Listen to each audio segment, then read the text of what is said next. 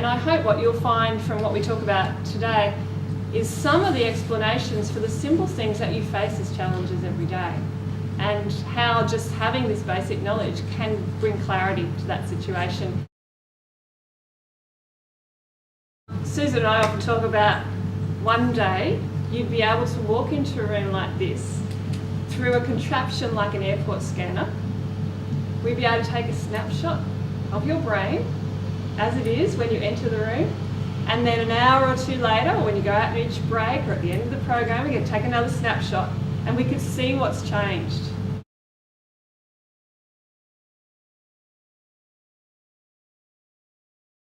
It's never off, it's never switched off, and I think those of you who can't get to sleep at night know that. It never switches off. Even when we get a good night's sleep, we're dreaming, it's doing stuff, it's constantly on. So literally, your brain will be different by lunchtime than it is now. Even if you actually know everything that I say in the next couple of hours, your brain will be different by lunchtime than it is now. Because your brain is still receiving information and putting it somewhere. And as it does that, it's creating new connections, or it's reinforcing existing ones, or it's breaking existing ones.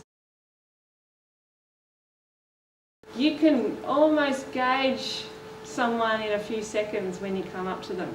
Friend or foe, trust or not trust, like or don't like.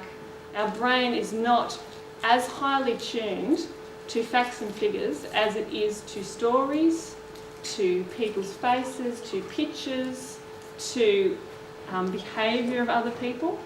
Those things we sense much better than what data tells us. If you want to light people's brains up, use stories, pictures, things that are almost old-fashioned.